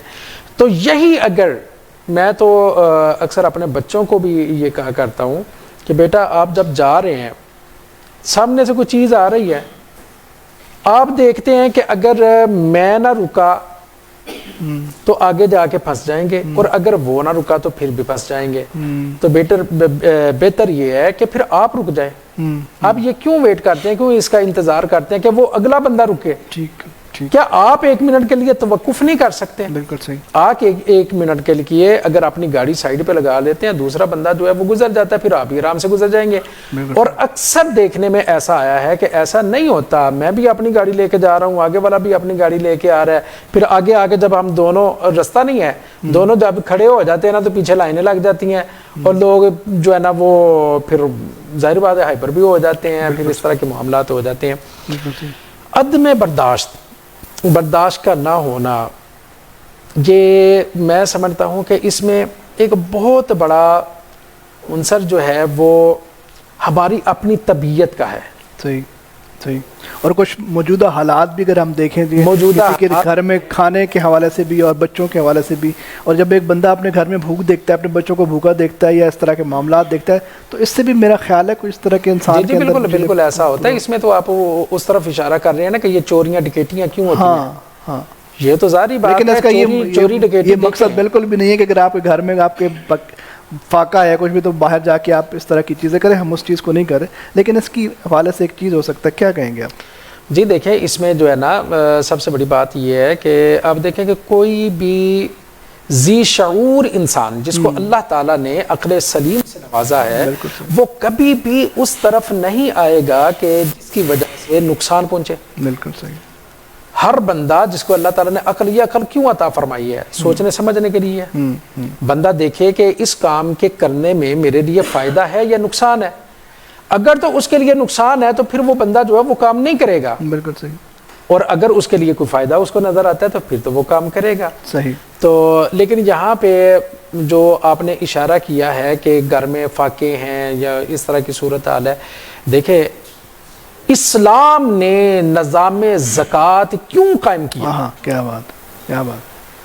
اگر وہی ہم صحیح طرح کے دینا شروع کرتے ہیں. دیکھیں نا, ہم دیکھتے ہیں کہ اللہ ماشاءاللہ حال یہ ہوتا ہے کہ اکثر لوگ ہم سے مسائل پوچھتے ہیں, ٹھیک ہے, رمضان المبارک کے آنے سے پہلے پوچھ لیتے ہیں یا رمضان المبارک میں پوچھ لیتے ہیں. مثال کے طور پہ وہ کہہ دیتے ہیں جی دیکھیں ہمارے پاس اتنے پیسے ہیں, اور ان پیسوں سے اگر ہم اپنے لیے گاڑی لے لیتے ہیں نا تو پھر تو ہمارے لیے جو ہے نا وہ زکوٰۃ کی کوئی گنجائش نہیں رہتی کہ ہم زکوٰۃ ادا کریں. تو ہمیں کیا کرنا چاہیے, ایک گاڑی تو ہے, ایک تو آلریڈی ہے, تو ہم چاہتے ہیں کہ ایک اور گاڑی لے لیں. تو جب وہ گاڑی لے لیں گے, ہاں جی, تاکہ ہم زکوٰۃ, یہ ہیلے بہانے یہ زکوٰۃ سے بچنے کے لیے کہ میں گاڑی لے لوں یا میں زیور لے لوں, یا زیور لے کے اپنے بچوں کے نام پہ کر دوں, اس کے نام پہ کر دوں, اس کے اپنے پاس, حالانکہ مالک تو وہی ہیں. یہ تو بس انہوں نے سمجھے کہ ایک ہیلا کیا ہے, چلیں یہ بھی ٹھیک ہے, لیکن اگر وہ بھی صاحب نصاب ہے, وہ بھی نصاب کی حد تک جا رہا ہے, تو زکوٰۃ تو اس پہ بھی واجب ہے, زکوٰۃ تو اس نے بھی دینی ہے. تو کہنے کا مطلب یہ ہے کہ اسلام نے جو نظام زکوٰۃ ہمیں عطا فرمایا ہے وہ اس لیے ہے کہ ہم اپنے غریب مسلمان بہن بھائیوں کا خیال کریں. بالکل صحیح. سب سے پہلے حکم کیا ہے, آپ قرآن مجید فرقان حمید اٹھا کر دیکھیں نا, رب تعالیٰ نے قرآن مجید میں ارشاد فرمایا کہ صحابہ کرام نے نبی اکرم صلی اللہ تعالیٰ علیہ وسلم سے عرض کیا تھا نا, تو اس کو اللہ تعالیٰ نے یوں ذکر فرمایا وَيَسْأَلُونَكَ مَاذَا يُنْفِقُونَ. محبوب یہ آپ سے پوچھتے ہیں, آپ سے سوال کرتے ہیں کہ ہم کس کے اوپر خرچ کریں. نفاق فی سبیل اللہ, اللہ کی راہ میں جو خرچ کرنا ہے وہ کیسے ہے اور اس کے مصارف کیا ہیں. سب سے پہلے اللہ تعالیٰ نے جو حکم ارشاد فرمایا نا, آپ اندازہ کیجئے کہ اللہ تعالیٰ فرما رہا ہے وَيَسْأَلُونَكَ مَاذَا يُنْفِقُونَ قُلْ مَا أَنفَقْتُم مِّن خَيْرٍ. ماشاءاللہ. جو بھی تم خرچ کرتے ہو نا سب سے بہترین اس میں کیا ہے؟ فلیل والدین. کیا بات. سب سے پہلی بات رب کائنات نے جو ارشاد فرمائی ہے نا وہ والدین ہے. اور افسوس کے ساتھ کہنا پڑتا ہے زاہد بھائی، ہم نے دیکھا ہے کہ بہت سے لوگ ایسے ہوتے ہیں کہ وہ اپنے والدین کی زندگی میں ان کو ضروریات زندگی لا کے دینا جو ہے نا وہ بڑا اس میں ہچکچاہٹ یا چلو آپ ایک بعد میں دیکھی جائے گی، یہ کر لیں گے وہ کر لیں گے. ٹھیک ہے، تو میں اکثر یہ کہا کرتا ہوں جب کل شریف کا ختم ہوتا ہے نا کسی کے بزرگوں کا، یا 10واں ہوتا ہے یا 40واں ہوتا ہے، تو وہاں پہ انواع و اقسام کے پھل بھی ہوتے ہیں، کھانے بھی ہوتے ہیں. بلکہ آج کل تو پھر بعد میں کوشش یہ ہوتی ہے کہ یار وہ جو ہے نا کوئی چکن نہیں کھاتا، کوئی بڑا نہیں کھاتا، ایسا کرتے ہیں مٹن بنا لیتے ہیں. ٹھیک ہے، ساری زندگی ماں مٹن کو ترستی رہی، ساری زندگی باپ فروٹ کو ترستا رہا. ٹھیک ہے، لیکن وہ نہیں آیا. اب ان کے کل پہ لا کے، ان کے 10ویں پہ لا کے مجھے یہ بتائیے کہ کتنے افسوس کی بات ہے ان بچوں کے لیے. سب کی بات تو نہیں میں کر رہا، لیکن اللہ ماشاءاللہ جو معاشرے میں ہو رہا ہے وہ یہی ہے. صحیح ہے، بالکل صحیح. تو یہ ایسا نہیں ہونا چاہیے. ان کی زندگی میں ان کی خدمت کریں. بالکل صحیح، بالکل صحیح. ان کی زندگی فلیل والدین احسانہ، وہ دوسرے مقام پہ اللہ تعالیٰ نے یہی ارشاد فرمایا فلیل والدین احسانہ. جو میں مقام پڑھ رہا ہوں نا، قل ما انفقتم من خیر فلیل والدین. ٹھیک، سب سے پہلی بات یہ ہے کہ اپنے والدین پہ خرچ کرو. بالکل صحیح.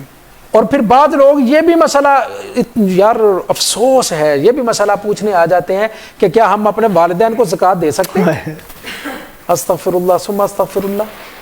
کیسا مسئلہ لوگ یار پوچھ رہے ہیں اس زمانے میں کہ گھر میں ہی رہ جائے کہ ہمارے والدین جو ہے نہیں وہ آپ کو پتہ ہے اکثر جو ہے نا اب وہ چونکہ گاؤں سے نکلتے ہیں، جس کے پاس ذرا پیسہ آ رہا ہے نا وہ گاؤں سے نکلا، یا اس نے ہمارے دیکھنے والی دوست احباب میں سے ان کے علاقوں میں سے بھی ایسے واقعات ہیں کہ انہوں نے اپنی پراپرٹیز وہ جو پہلے جو ہے نا کوئی پوچھتا نہیں تھا، ہزاروں میں وہ پراپرٹی تھیں، اب وہ کروڑوں میں چلی گئی ہیں. تو وہ سیل کرتے ہیں نا، سیل کرنے کے بعد پھر وہ کسی کالونی کا رخ کرتے ہیں، لیکن والدین تو ادھر ہی ہیں گاؤں میں. بالکل، وہ تو اسی پرانے مکان میں ہے. لیکن یہ تو آگے انہوں نے تو اپنی گاڑیاں شاڑیاں سارا کچھ کر لیا. پھر وہ یہ پوچھتے ہیں جی والدین کو زکوٰۃ دے سکتے ہیں؟ معاذ اللہ، استغفر اللہ ثم معاذ اللہ. کیسا آج کے دور میں یہ لوگ سوال پوچھ رہے ہیں. نبی اکرم صلی اللہ تعالیٰ علیہ وآلہ وسلم کی بارگاہ میں ایک صحابی حاضر ہوئے. عرض کیا یا رسول اللہ صلی اللہ تعالیٰ علیہ وسلم، میرا مال میرا باپ ضائع کر دیتا ہے. صحابی یا رسول ہیں، باپ بھی ان کے صحابی ہیں. تو آ کے عرض کیا کر رہے ہیں یا رسول اللہ میرا مال میرا باپ ضائع کر دیتا ہے. نبی اکرم صلی اللہ تعالیٰ علیہ وسلم نے فرمایا اچھا کیا کرتا ہے؟ عرض کیا یا رسول اللہ وہ اپنی بہنوں کو دے دیتا ہے، وہ ایسے کر دیتے ہیں ویسے کر دیتے ہیں، خرچ کر دیتے ہیں. سرکار دو عالم صلی اللہ تعالیٰ علیہ وسلم نے ان کے والد گرامی کو بلایا، فرمایا اس کو بلا کے لاؤ.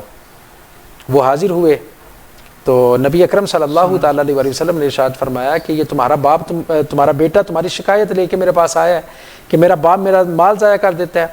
وہ سرکار کی بارگاہ میں عرض کرنے لگے یا رسول اللہ صلی اللہ تعالیٰ علیہ وسلم، حضور ذرا اس سے پوچھئے تو صحیح میں ضائع کہاں کرتا ہوں؟ جو مال ہوتا ہے اس کا ہوتا ہے میرے پاس آتا ہے تو پھر میں اس کو خرچ کہاں پہ کرتا ہوں؟ سرکار نے دوبارہ ان کے سامنے پوچھا کہ کہاں پہ خرچ کرتے ہیں؟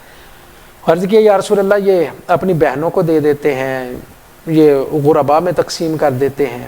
نبی اکرم صلی اللہ تعالیٰ علیہ وسلم نے جب یہ سنا نا تو حضور علیہ الصلوۃ والسلام کے حدیث سے الفاظ مبارکہ ہیں کہ حضور علیہ الصلوۃ والسلام کا چہرہ مبارک سرخ ہو گیا، چہرے کے آثار بدل گئے. حضور علیہ الصلوۃ والسلام نے جلال میں فرمایا سن، تو اور تیرا مال دونوں تیرے باپ کا ہے. کیا بات، کیا بات. تو صرف مال کی بات کر رہے ہے، تو بھی تیرے باپ کا ہے.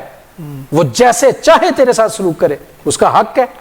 اور تیرا مال جو ہے وہ تیرا نہیں ہے، وہ بھی تیرے باپ کا ہے، وہ جس طرح چاہے اس کو خرچ کرے. کیا بات، علامہ صاحب بہت زبردست. تو یہاں پہ ایک اور کیونکہ ٹائم ہمارا تھوڑا سا کم ہے تو اب ہم بات کرتے ہیں آج کل کے. ہم اگر دیکھیں باہر بازاروں میں کہ ہوٹلز بھی کھلے ہوتے ہیں اور لوگ جو ہے نا روزہ کچھ مطلب روزہ ویسے ہی انہوں نے نہیں رکھا ہوتا، چلے وہ ایک ان کا اپنا فیل ہے، لیکن ایک سامنے اور مارکیٹوں میں اس طرح کی چیزوں کو دیکھنا، اس حوالے سے بتائیں کہ اس حوالے سے کیا احکامات ہیں؟ دیکھیں یہ بھی بڑے افسوس کی بات ہے کہ وہ ماہ مقدس، وہ ماہ مبارک، ماہ رمضان المبارک، کہ جس کی ایک ایک گھڑی، ایک ایک لمحہ، ایک ایک سیکنڈ انتہائی قیمتی اور اللہ کی رحمتوں اور اس کے فضل و کرم سے بھرپور ہے. بالکل بے شک. بجائے اس کے کہ اس مہینے میں جو اللہ کی طرف سے ایک لوٹ سیل لگی ہے، ہاں بالکل، کہ ایک فرض کا ثواب اللہ تعالیٰ آپ کو 70 فرائض کے برابر عطا فرما رہا ہے. بالکل. ایک نفل اگر آپ ادا کرتے ہیں تو اللہ تعالیٰ فرض کے برابر ثواب اس کا عطا فرما رہا ہے. تو اس لوٹ سیل میں بھی اگر کوئی بندہ محروم رہ گیا، اگر پھر بھی وہ اس ماہ مبارک میں اپنے رب کو راضی نہ کر کے جنت حاصل نہ کر سکا تو اس سے بڑا بدبخت کون ہے؟ بالکل. بلکہ تو اس میں تو ایک حدیث بھی ہے کہ جس طرح جی ممبر شریف پہ نبی اکرم صلی اللہ علیہ وسلم بیان فرما دے تو زیادہ اس کے لیے بہت اچھی تائید ہو جائے گی اس چیز کے لیے. دیکھیں نبی اکرم صلی اللہ تعالیٰ علیہ وسلم مسجد نبوی شریف میں تشریف لائے، صحابہ کرام حضور کے انتظار میں بیٹھے تھے. آج تو یہ ہوتا ہے نا کہ مولوی صاحب، حضرت صاحب، علامہ صاحب 2 منٹ مسجد میں لیٹ آ جائیں نا تو ہنگامہ برپا ہوتا ہے کہ کدھر چلے گئے تھے جی، ابھی تک آئے نہیں. ابھی یہ جن کو کیا میں کیا کہوں کہ وضو کے فرائض، غسل کے فرائض کا پتہ نہیں نہ ہوتا، وہ بھی مسجد میں آ کے باتیں کرنا شروع کر دیتے ہیں. یہاں پہ ایک بات میرے ذہن میں آ گئی مولا کائنات کی. حضور علی المرتضی امیر المومنین خلیفۃ المسلمین شیر خدا کرم اللہ تعالی وجہہ الکریم کوفہ کی مسجد میں بیٹھے تھے. ایک شخص آیا، آ کے کہنے لگا کہ حضور نماز کا ٹائم ہو گیا. آپ خاموش رہے، آپ جن احباب کے ساتھ گفت و شنید میں تھے ان کے ساتھ گفتگو فرماتے رہے. پھر تھوڑی دیر بعد وہ دوبارہ آیا، اس نے آ کے کہا کہ نماز کا ٹائم کم ہے. آپ نے پھر توجہ نے فرمائی، پھر آپ جو ہے نا آپ جو ضروری مسئلہ بیان فرما رہے تھے، آپ ان لوگوں کو جو بھی گفت و شنید چل رہی تھی ان کے ساتھ محو گفتگو رہے. وہ تیسری مرتبہ جب آیا نا تو آپ جلال میں آ گئے. آپ نے فرمایا یہ دنیا کے کتے اب ہمیں بتائیں گے کہ نماز میں کتنا وقت باقی ہے؟ یہ تو دیکھو کیا کس کو رہے ہو، مولا کائنات کو، شیر خدا کرم اللہ تعالی وجہ الکریم کو، کہ جن کی نماز عصر جب قضا ہوئی تھی تو حال کیا ہوا تھا. سرکار دو عالم صلی اللہ تعالی علیہ وسلم آپ کے زانو اقدس پہ سر اقدس رکھ کے حضور آنکھیں موند کیے، حضور استراحت فرما رہے تھے. نماز عصر قضا ہوئی، آنکھوں سے آنسو گرا کہ نہ میری نماز عصر جا رہی ہے. اس تکلیف سے آنکھ سے آنسو گرا اور رخ مصطفیٰ صلی اللہ علیہ وسلم پہ آ کے گرا. حضور علیہ الصلوۃ والسلام نے آنکھیں کھولی، فرمایا علی کیا بات ہے، کیوں تکلیف میں ہو، کیا مسئلہ ہوا، کیوں رو رہے ہو؟ عرض کیا یا رسول اللہ نماز عصر. حضور علیہ الصلوۃ والسلام نے اسی وقت اللہ کی بارگاہ میں ہاتھ اٹھائے.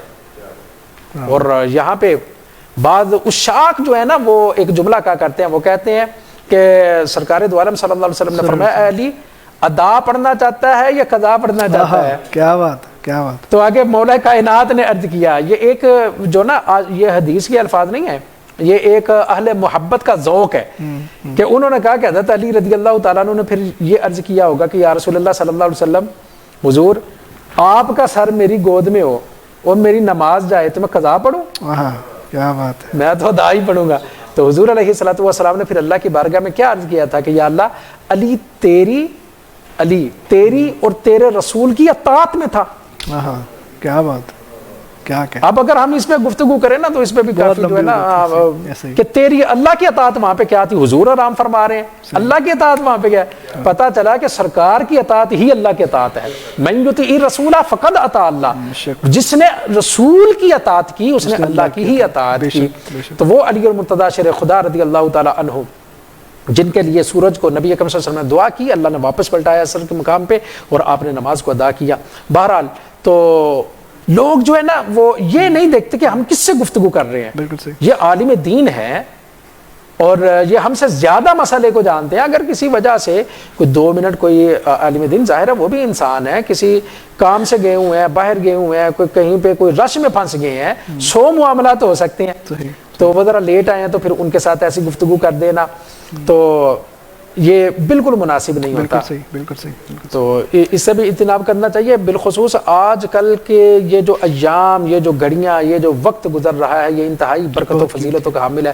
اور اگر کوئی بندہ روزہ چھوڑ دیتا ہے یہ تو بدبختی کا باعث ہے.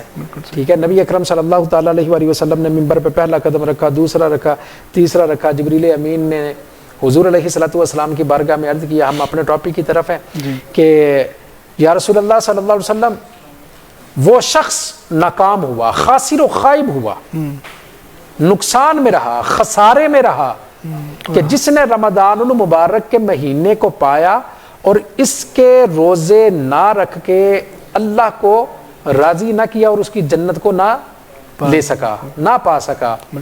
وہ خاسر و خائب ہو، نقصان میں ہو، دعائے ضرر ہے یہ. تو یہ تو نہیں ہم کہتے کہ نبی اکرم صلی اللہ تعالیٰ علیہ وسلم نے بد دعا دی. حضور نے بد دعا نہیں دی.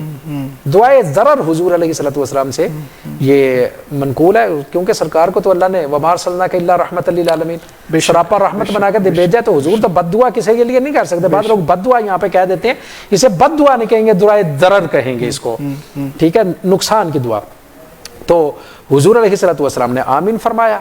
صحابہ کرام نے عرض کیا یا رسول اللہ صلی اللہ تعالیٰ علیہ وسلم پہلے کبھی نہیں ہوا تھا یہ ہوا. حضور نے فرمایا کہ جبریل تھے، انہوں نے یہ جوں کہا تو میں نے اس پہ آمین کہا. تو اندازہ کیجئے کہ جو لوگ رمضان المبارک میں بھی روزے نہیں رکھتے، اپنے رب کو راضی نہیں کرتے، پھر ان کا حال کیا ہوگا. حالانکہ سرکار نے ارشاد فرمایا ہے کہ من صام رمضان ایمانا و احتسابا قد غفر له ما تقدم من ذنبه.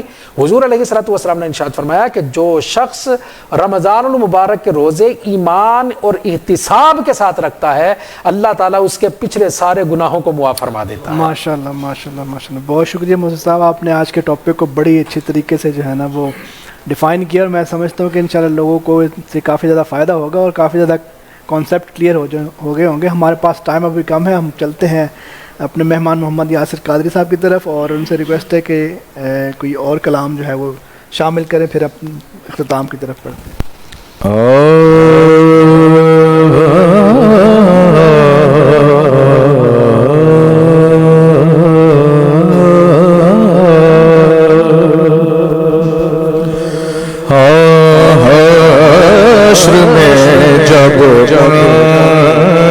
سجدے سے اٹھایا جائے گا، حشر میں جب ان کو سجدے سے اٹھایا جائے گا،